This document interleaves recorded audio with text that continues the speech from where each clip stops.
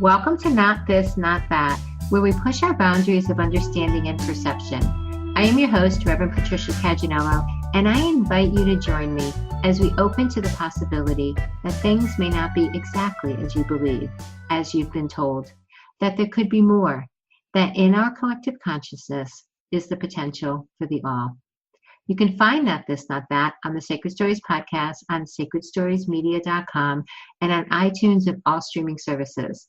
Click to subscribe and join us each show.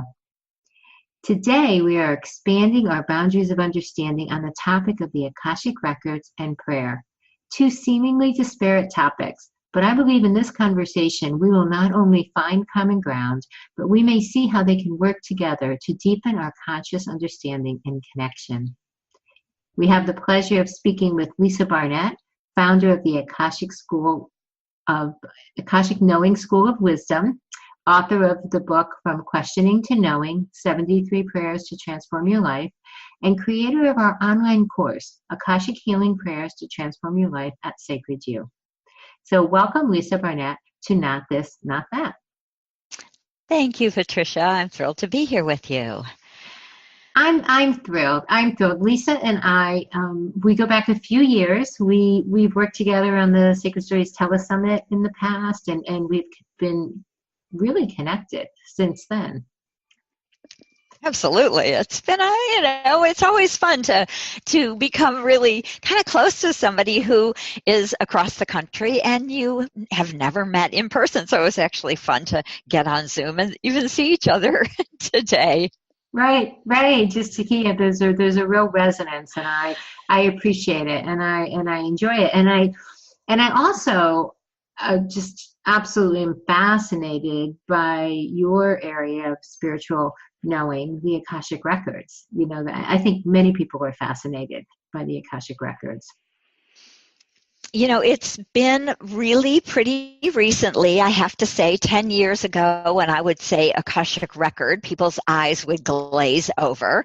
And now it seems to be like the new hot topic. So I am really excited that people are kind of getting the vibration from the records, that it's being talked about more often, and that people are starting to understand how the Akashic Records can help us transform our lives. People used to say to me things like, oh, isn't that just about past lives? And the truth is that the Akashic Records do store information from every lifetime you've ever had. But the truth is that there's so much more than just, oh, I was a queen, or I was, I died in the Middle Ages, in some war. It's really about the truth of who you are as a divine, wise, and ancient soul. So they're called the Akashic Records, but there's also what we refer to as the Akashic Energy Field, and is that the same thing? Just tell us a little bit more about exactly what the records are in the energy field people speak of. Yeah, so the Akashic Records are the recording of your soul's journey from the time you individuate from source until you eventually return back. And each soul has its own record, its own recording. And you can also see it like a library. I find that that's a kind of a helpful analogy for most of us who think, you have lived hundreds and hundreds and hundreds of lives, not only here on Earth, but in other places, planes, and dimensions. And so that means that you're thousands and thousands of lifetimes old. And so if you imagine that each lifetime was represented by a book in your library, you actually would have a lovely little library. And to me, really one of the cool things is that you also have beings of light that keep your records, and they act as the librarians of your Akashic record or your Akashic library. So there are these divine beings who are here in service to you to help you actually understand your soul plan and why you came here. And we'll talk a little bit more about that. But this energy is all held in pure source vibration. So if you imagine that this was the information arm of source, that there was a section of this huge, divine source energy that holds all the records of every person, every planet, every sentient being, and this is the energy, this is the vibration, and it's a very, very high vibration because it is part of source. It is always there. It's not down in the human plane, which is usually a bit of a lower vibration, a little bit more of a dense vibration, right? Because we're physical. So it's held in source energy. The Akashic record beings of light that keep your records have never been human. They're not ascended masters. They are souls who are still part of the original source vibration and have stayed there in service to us. So it's interesting. You mentioned, 10 years ago, right? People would not really know anything about the Akashic Records, and today they're much more widely known.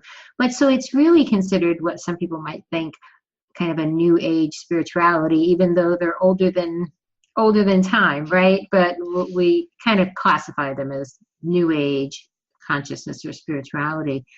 So it's fascinating to me that in your work, you've taken the Akashic Records and this information, and you brought it together with the power of prayer, right? And prayer, as we know, is also has a really specific kind of connotation or thought that people think of it, and they actually think of it most times in a religious type of context. So how do you define prayer, Lisa? Well, the way I would simply define prayer is conscious communication with divinity or source or the God of your understanding, however you refer to this all-inclusive energy of source or of divinity. And so it's really consciously communicating. And often when we are praying, it feels a little bit like a one-sided communication. I completely believe that we can have two-sided communication with source. And to me, this is one of the gifts of the Akashic Records. It opens that ability to us. But when we pray, we are sharing our feelings, our emotions, our energies, our intentions, our desires for ourselves and for those around us, for the world, for humanity. And we are making our choice, our desire and intention known to the divine. And this allows us to really create and manifest often that energy in this human plane. So you're taking the what is considered maybe more specific definition of prayer, right? Praying to a God or source or a divine being, and requesting that one-way conversation. You're taking prayer and we're looking at the fullness, what I think really is the fullness of the description of prayer as almost an energetic exchange, expressing and creating through the power of the energy, through the power of the intention. Am I saying that correctly? Yes, absolutely. I actually spent 10 years as a certified prayer practitioner with the Centers for Spiritual Living, and they're part of the New Thought movement, part of Unity Church, Centers for Spiritual Living, which also is often known as science of mind or religious science. So it's part of the New Thought movement that started back in the 20s. And it really started with the conscious desire to know the truth that we are always and always one with Source. We are part of the unified field of source, of divinity, and we can never be separate.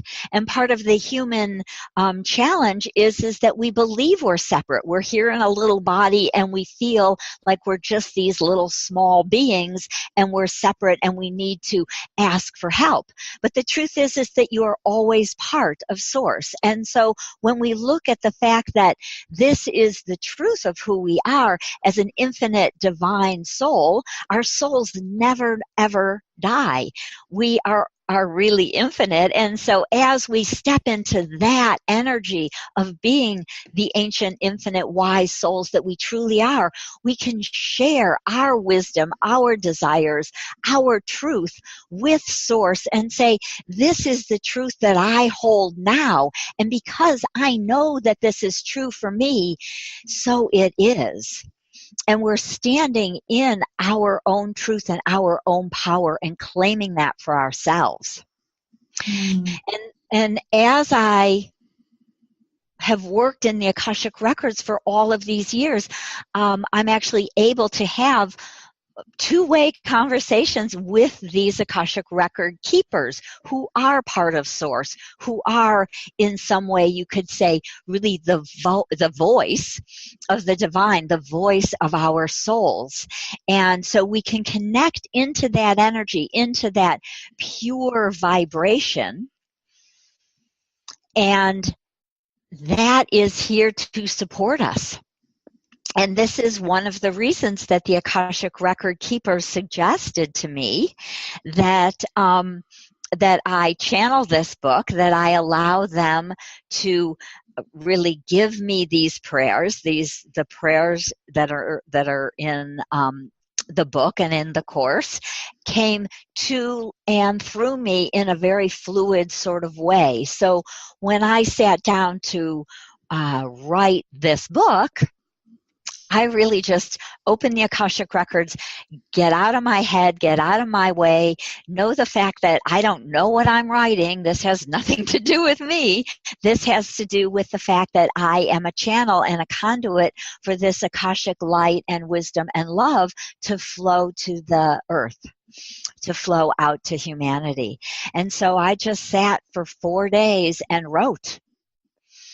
8 hours, 10 hours a day. I just wrote and wrote and wrote. And sometimes me, Lisa, would be like, oh, isn't that interesting, right? Mm-hmm. So I would be kind of noticing what I was writing, but not thinking about it so that I could stay a clear channel for the Akashic wisdom, for the divine unconditional love of Source, which flows in the Akashic Records, is part of the Akashic Records, and this is a beautiful and easy way for it to flow to us, for us to receive this high vibration of the divine. So the name of your book that Lisa Barnett is talking about is From Questioning to Knowing, 73 Prayers to Transform Your Life. And once I knew that Lisa had written that book, we had a conversation about how do we bring the book to life? How do we bring the wisdom and the teachings and actually even then expand on them so people can receive it in a way in addition to reading? And Lisa has created the online course for Sacred You, Akashic Healing Prayers to Transform Your Life, where I believe there's about 20 of the prayers and practices and meditations and all kinds of teachings. It's really a phenomenal course. That we now have based on the initial channelings of the book. So thank you for that. But let's talk a little bit more about the receiving of the prayers. I'd like you to I know there's a place, I believe, in the book where you explain a little bit more how the prayers came through you. Mm-hmm. So what the Akashic Record Keeper said to me, and I'll just read this verbatim. And so they said, you, Lisa, will channel the healing prayers and information from us. Be assured we will add the healing transmission of source vibration, and it will forever stay in each prayer. Your human energy in writing this book of channeled prayers allows Source's energy to be combined with the human experience for your readers. Your readers will receive the transmissions of healing energy simply by reading the prayers. So yes, they really just went on to say this is a combined effort of unconditional love to help to elevate the energy of the world, to help elevate the vibration of humanity.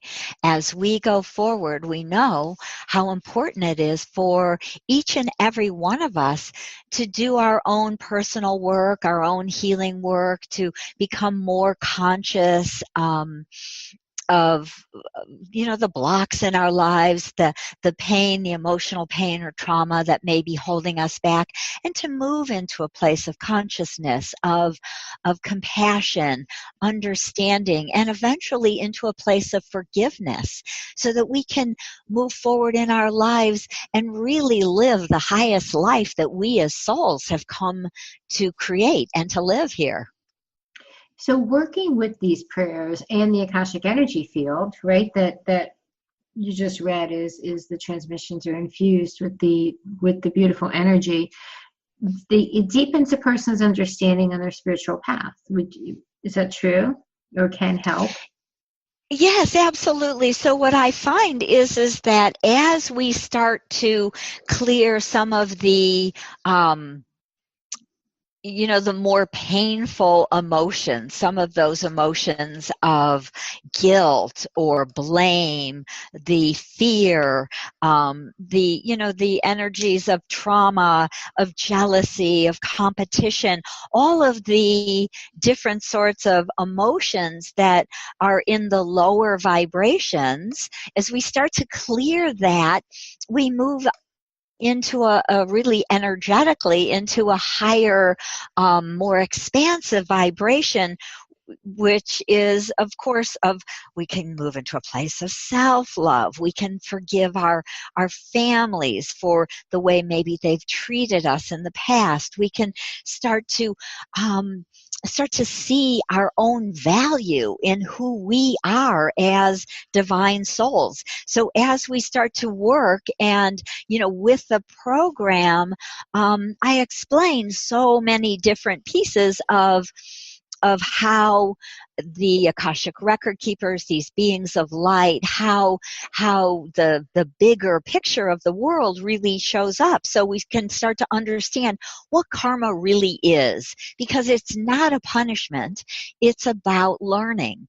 And as we start to understand that, they talk about how forgiveness can actually heal karma, can help us to learn, to grow, to understand. So we let go, we get the lesson, and we get to move on. And so, right, as we go through the program, we start to realize, we start to see things from a different place, in a different way. Right? We move out of feeling like the world is against me and I'm just here struggling, and we can start to see and feel the bigger energy of the truth of who we are as these wise souls, that we really have so much wisdom if we can uncover it from some of the emotional pain and trauma in our lives. So in addition to that, which, that's a lot, right? I mean, that's worth the price of admission, as they say. But there's a lot more that working with the prayers in connection with the Akashic energy field, right? The Akashic energy, which is a specific energy you've already talked about, that can even benefit people in other ways. Can you speak to that? I know in the course you do work with soul contracts and vows and things like that. Yes. Right. So we're really complicated as human beings, because again, I always like to remind people that you are not just a little newbie here on the planet. This is not a one-shot deal. This is something that we do hundreds and hundreds of times as we learn and grow as a soul. And so I would venture to say, if you're listening to us, that you haven't had at least 400, 500, maybe even even 600 lives here on earth, which means that you have so many different gifts and talents that you have come to express. You have, learning and growth and karma that you're ready to complete, and often to help share your wisdom with other people. So as we learn and understand the truth about what karma is and how we come to grow as souls, when we start to realize that there is wisdom in everything we do, even in the painful bits. But there are also interesting things that come from our past lives, not only our gifts and talents, but often things that are, like you mentioned, we have soul contracts. We have contracts with different people to support them or to finish some karma. We have vows that we've made. They may be a spiritual vow, a vow of poverty. So many people have had these spiritual lives where they've taken a vow of poverty, chastity, and obedience, and they find that sometimes those vows stick them when it comes to making money. So we start to understand that we have these past life vows that might be affecting or blocking our lives or going forward. We have often kind of old fear and pain from different lifetimes where we may have died unpleasantly, and so we're afraid to step out and be seen because we don't want that to happen again, right? So many of the people that I work with, many of my clients and students, have a fear of being seen in a bigger way. They say, I'd like to be a healer, I'd like to share this energy work I do, but I'm afraid and I don't know why. And the why is often there's an old pain charge that you're hanging on to from another life that you're not even conscious about.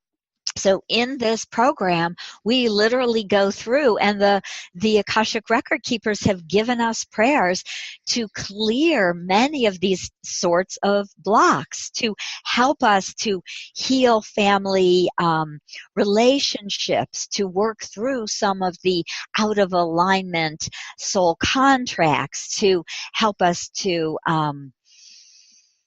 release old patterns, upgrade our DNA to really move into greater alignment with our soul's purpose. And even to work with different things that, that we all experience in our lives, things like anger or grief. And so there are prayers to help to release the grief of loss or the suppressed anger that we feel and we don't even know where it comes from. So many, many different levels and layers. And in the program, I really explain so much of this for you so that people can start to see the big picture, start to understand what is playing out in their lives. And then we do the prayer work, bringing in and holding this beautiful, unconditional love vibration of the Akashic field and of divinity to help ourselves to clear and release these emotions, these pains, these traumas from our lives.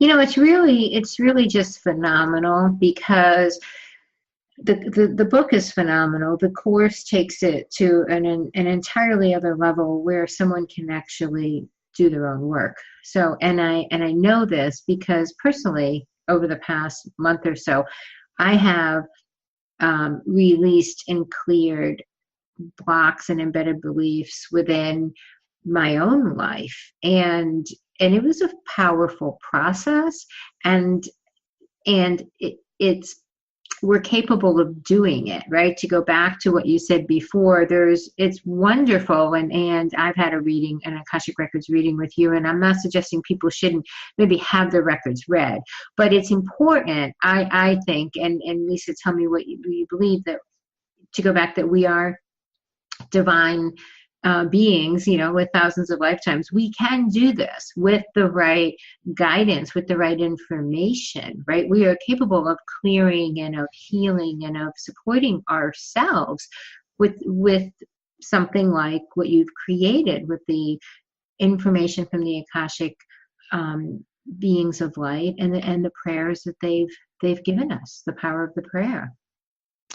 Yes, absolutely. And this is, why they came to me and said, it's time to help humanity in a different way, in a way with some of the tools. I mean, 94% of people, of humanity pray in some way or other. And honestly, according to to what I've read, most of it does not take place in a church or a temple or, in a religious setting. Most of it actually takes place more privately and personally.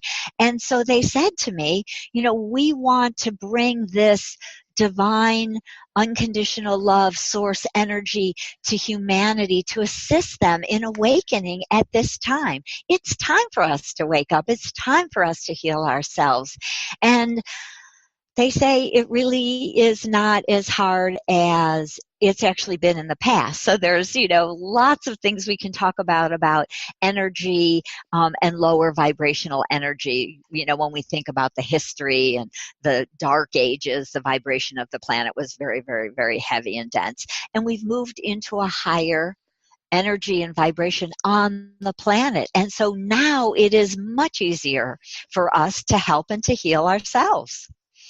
So it's fascinating, and we received messages or confirmations in so many different ways. So right before you just started speaking, my cell phone lit up because it's charging, and sometimes it'll flash, and it's flashed, and it says it's 94% charged.